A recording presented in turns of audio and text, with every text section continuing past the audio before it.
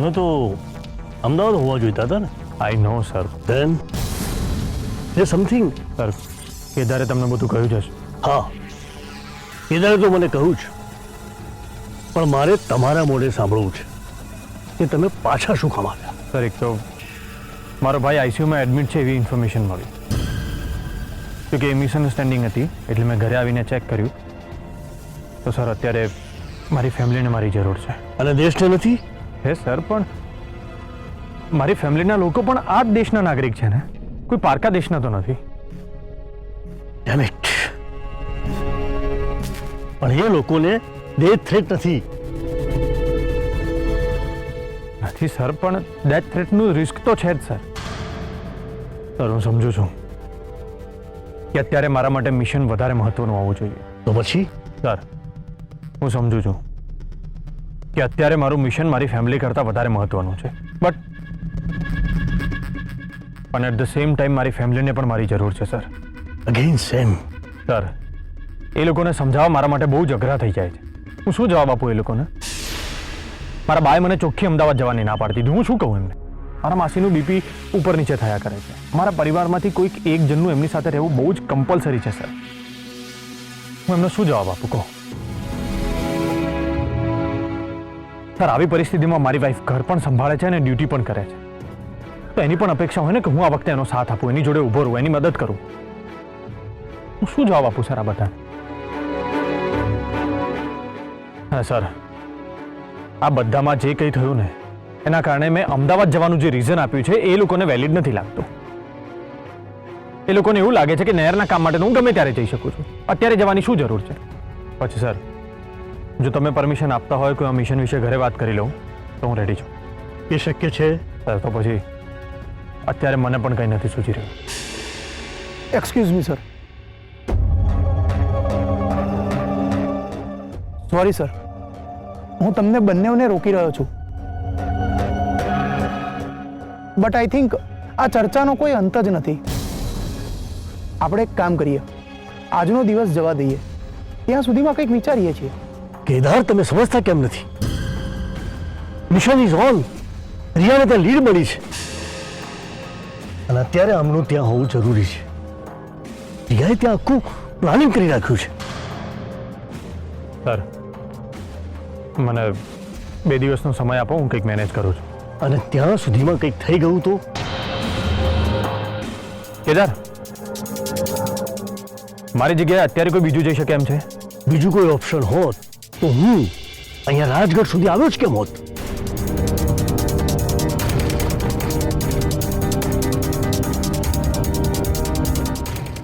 I think Kedar is right. અત્યારે મને પણ કંઈ સૂઝી નથી રહ્યું. યુ મે ગો નાઉ. અને હા, તમને જ્યારે સૂઝે કે તમારે અમદાવાદ જવું છે ત્યારે મને પૂછવા ના આવતા, જતા રહેજો. રિયા ત્યાં તમારી રાહ જોઈ રહી છે. Sure sir. And sir sorry sir, હું મારી ફેમિલીને આવી રીતે મૂકીને નહીં જઈ શકું. Really sorry.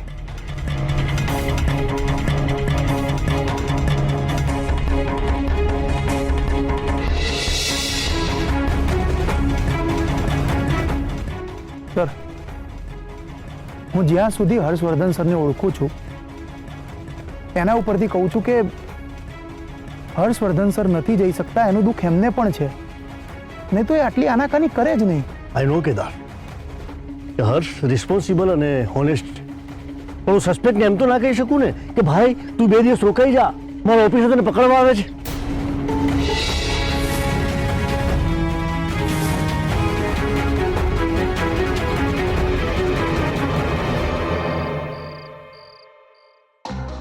અર્જુનભાઈને પગે પાટો આવ્યો છે અને માથે થોડું વાગ્યું છે. તમે ઈચ્છતા હતા ને કે અર્જુનભાઈ હોસ્પિટલમાં એડમિટ થાય? એવું કાંઈ નથી કર્યું તમારા માણસોએ. ના, હર્ષવર્ધનભાઈ હજી અહીંયા જ છે. અર્જુનભાઈ એવું કહેતા હતા કે તમારે જવું હોય તો જાઓ, એટલે કદાચ હર્ષવર્ધનભાઈ સવારે અમદાવાદ જઈ શકે એમ છે. પણ તમે ગુસ્સે શું કામ થાવ છો? અમે શું કરીએ? અમે કેવી રીતે રોકીએ એમને? તમે જ આવીને કંઈ કરો. શું તમે રાજકોટ જઈ રહ્યા છો? શું કામ? તમે પાછા ક્યારે આવવાના છો? ઠીક છે, અમે જોઈએ છે ત્યાં સુધી શું કરવાનું છે. તમને કોઈ આઈડિયા આવે તો અમને.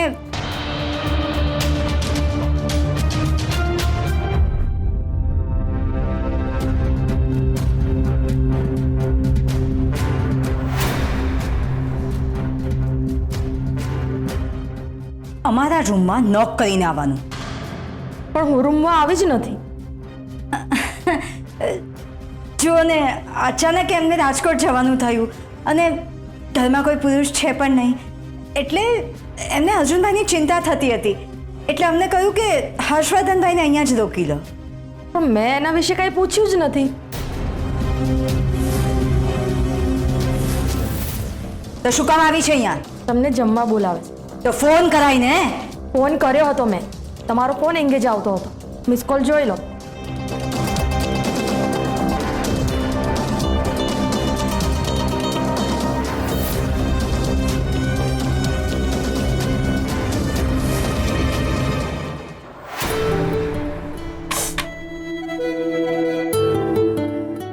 શું થયું?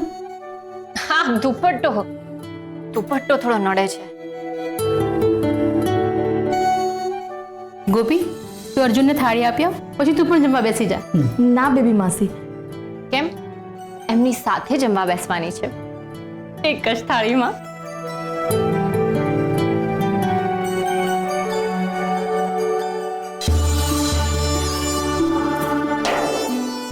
જોકે એક થાળીમાં ખાવાથી પ્રેમ વધે. હા, આઉચ!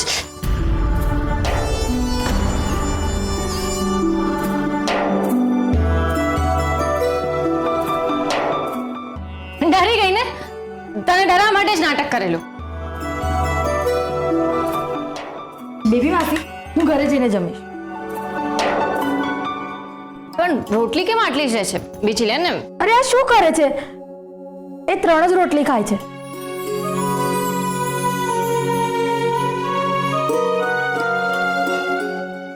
ઓહો હો હો હો.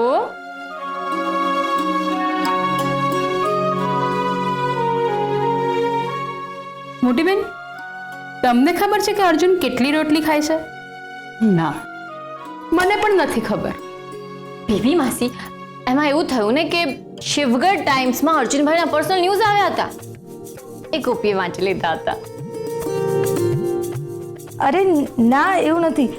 હમણાં હું એમને જમવાનું પૂછવા ગઈ હતી ને, તો એમને જ કહ્યું હતું કે 3 જ રોટલી લાવજો અને 1 વાટકી દાળ.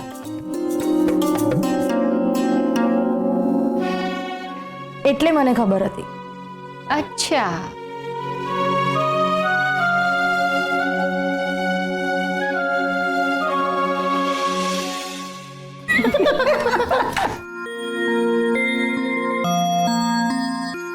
બેબી માસી, આજકાલ ગોપીના રાજગઢના અથાણા પાપડના ઓર્ડર્સ વધી ગયા લાગે છે. કેસર, પરમ દિવસે ગોપીએ શું કર્યું તને ખબર છે? એક મિનિટ બેબી, અમે ભૂલી જઈએ પહેલા તમને કહી દઈએ. કેસર વહુ કાલે રથયાત્રા છે અને અમે ઘરમાં પૂજા રાખવાના છે. તમે લાપસીનો પ્રસાદ બનાવી રાખજો તમારી અનુકૂળતાએ. રાત્રે બનાવી રાખો કે પછી સવારે બનાવો. 11 વાગે આપણે પૂજા રાખી છે, એટલે એ પ્રમાણે પ્રસાદ બનાવી રાખજો. પછી એવું ના બને કે પૂજાના સમયે પ્રસાદી ના હોય. કાલે 10 વાગે તો બંદોબસ્ત માટે જવાનું છે, એટલે આજે રાત્રે જ લાપસી બનાવી દઈશ. કેમ, ગિરીશ નથી આવવાનું? ના, રથયાત્રામાં એમની બાને જવાનું હતું, પણ અચાનક એમના બાની તબિયત બગડી ગઈ, એટલે ગિરીશને જવું પડ્યું, એટલે એ નહીં આવે. કાંઈ વાંધો નહીં કેસર, હું તને મદદ કરી દઈશ. અરે ના ના બેબી માસી, તમારી તબિયત ઠીક નથી, હું બધું કરી લઈશ, ડોન્ટ વરી. કેસર, અર્જુનના ન્યૂઝ સાંભળીને મને એ વખતે બીપી વધી ગયું હતું, અત્યારે એકદમ ઠીક છે. બેબી, કેસર વહુની વાત બિલકુલ સાચી છે, તમારે કાંઈ જ કરવાનું નથી. અને કેસર વહુ, એવું હોય તો તમે વેદિકા વહુની મદદ લેજો. બંને વહુઓ સાથે મળીને કામ કરજો. તમે જો પ્રસાદી બનાવો તો જમવાનું બનાવવાનું એમને કહી દેજો, અને એમને મંદિરની સાફ સફાઈનું પણ કહી દેજો.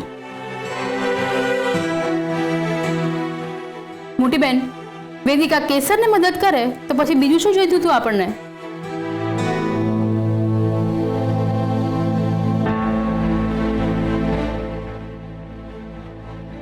હા મમ્મી, કમરમાં વાગ્યું છે. અરે બાથરૂમમાં અમારો પગ લપસી ગયો અને અમે પડી ગયા, એમાં જરા કમરમાં વાગી ગયું છે. શું અત્યારે? અરે મમ્મી તું કેવી વાત કરે છે? અરે રાતે કેવી રીતે જઈએ ડૉક્ટર પાસે? મમ્મી પ્લીઝ, હા તું અત્યારે પ્લીઝ આ ઉપદેશ આપવાનું બંધ કર. ચાલ તું ફોન મૂક. આઉચ! અરે ભાભી આવો.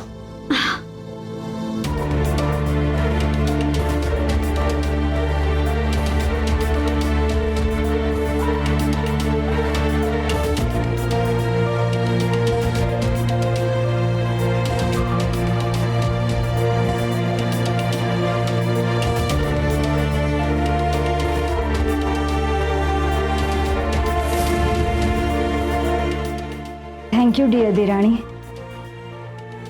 એકચ્યુઅલી અમને જમવા આવવાની બિલકુલ ઈચ્છા નહોતી, પણ ભૂખ એટલી બધી લાગી હતી ને, એટલે અમે દાદરા પણ માંડ માંડ ઉતરીને આવ્યા. વેદિકા બહુ જાતે જમશો કે પછી કોળિયા પણ કેસર જ ભરાવે? બેબી માસી, તમને તો અમે હંમેશા નાટક કરતા હોય ને એવું જ લાગે છે. એ તો જેની પર વીતે ને એને ખબર પડે.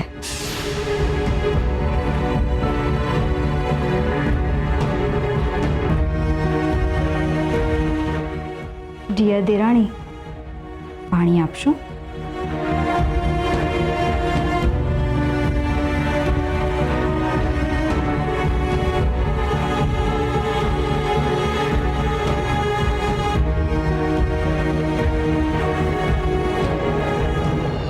જેવી મને વેદિકા ભાભીએ જોઈ તરત વાત જ બદલી નાખી અને કહ્યું કે દિગ્વિજયભાઈને તમારી ચિંતા થાય છે, એટલે હર્ષવર્ધનભાઈને અમદાવાદ જવાથી રોકવાનું કહેતા હતા. દિગ્વિજયભાઈને શું પ્રોબ્લેમ છે? હર્ષવર્ધનભાઈ અમદાવાદ નહેરનું કામ કરવા માટે જાય છે ને, એ પ્રોબ્લેમ છે. એના માટે મારી એમની સાથે બોલચાલ પણ થઈ હતી. કોકની સાથે ફોન પર વાત કરતા હતા. તો ક્યાંક દિગ્વિજયભાઈએ તમારા પર હુમલો નથી કરાવ્યો ને? કારણ કે દિગ્વિજયભાઈ આવું કરી શકે છે, મને એમનો અનુભવ છે. અને મને શું, તમને પણ હશે જ. ઘણીવાર મેં એમને સાંભળ્યા છે. યાદ છે જ્યારે કેસર કિડનેપ થઈ હતી ત્યારે વિક્રમ અંકલ સાથે એમનું પણ નામ આવતું હતું. સાચી વાત છે. મોટાભાઈ મારા પર હુમલો કરાવી જ શકે છે, કેમ કે ઇલેક્શનના સમયે એમને હર્ષવર્ધનભાઈ પર પણ હુમલો કરાવ્યો હતો. હવે જો હર્ષવર્ધનભાઈ પર હુમલો કરાવી શકતા હોય તો મારા પર તો કરાવી જ શકે છે. તો પછી તમારે આ વાત જીજુને કહેવી જોઈએ ને? શું વિચારો છો? ના, મારે હર્ષભાઈ સાથે આ વિશે કોઈ વાત નથી કરવી. કારણ કે જે ઇલેક્શન વખતે મોટાભાઈએ હર્ષભાઈ પર હુમલો કરાવ્યો હતો ને, ત્યારે હર્ષભાઈ મોટાભાઈને કંઈ જ નતા બોલ્યા. પણ જો હું એવું કહીશ ને કે એમને મારા પર હુમલો કરાવ્યો છે, તો હર્ષભાઈ અને મોટાભાઈ વચ્ચે ઝઘડો થશે અને બા અને બેબી માસીને નકામું ટેન્શન થશે. નહીં, આવું કંઈ નથી કરવું.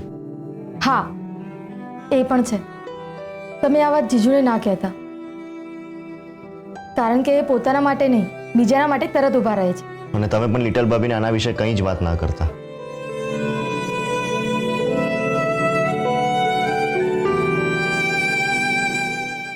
અરે આ શું કરો છો? ઊભા થવા માટે કોણે કીધું તમને? અરે આટલો બધો ગુસ્સો કેમ કરો છો? જમ્યા પછી માણસ હાથ ધોવા માટે ઊભું તો થાય કે નહીં? કંઈ જરૂર નથી, હું પાણી લઈ આપું છું. અરે ના, તમે બેસો. તમે મારી કોઈ સેવા વધારે પડતી ના કરશો. અને હા ભાઈ, મને કંઈ એટલું બધું વાગ્યું નથી. હું કોઈ ટોટલી બેડ રેસ્ટ પર નથી કે તમે આટલું બધું કરો છો મારા માટે. અને હું બાથરૂમમાં તો જઈ જ શકું છું. અને હા, પાછા તમે નિર્મળા ફૂડ્સના માલિક, તમારાથી થોડું આવું કંઈ કરાય? હે એક ફેટ મારી દઈશ ને?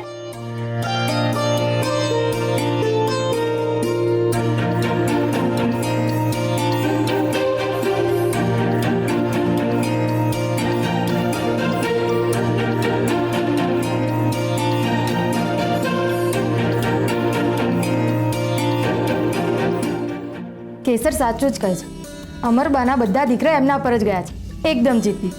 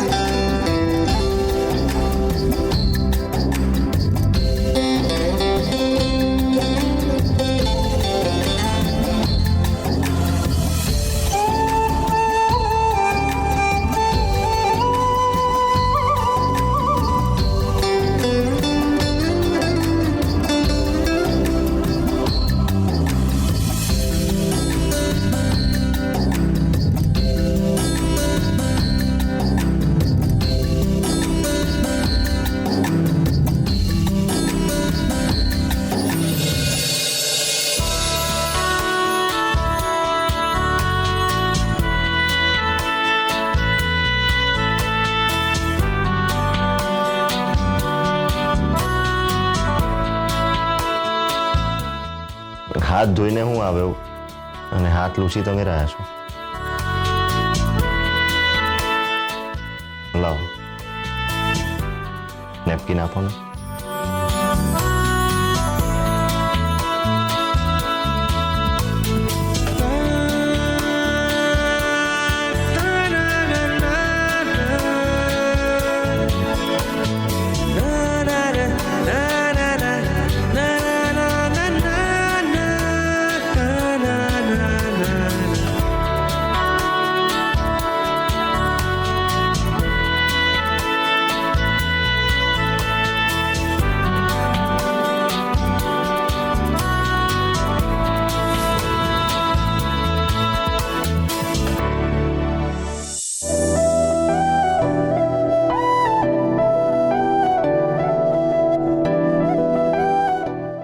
ઓકે સર, આજે તો તારી પરીક્ષા છે.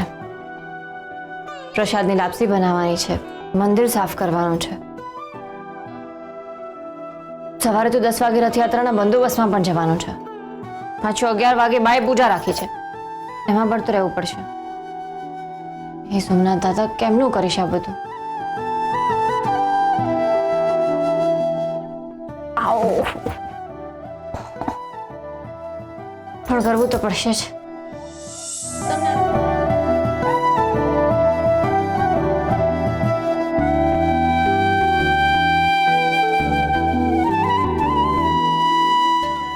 શું કરો છો રાણી સાહેબા?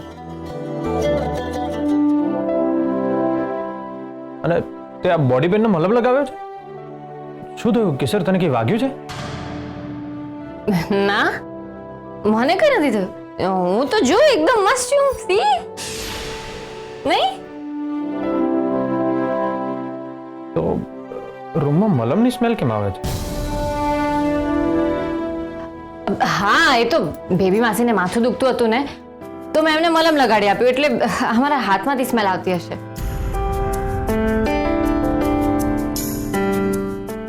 સાચું કહું છું. મેં ક્યાં કહ્યું કે તું કઈ ખોટું કહે છે?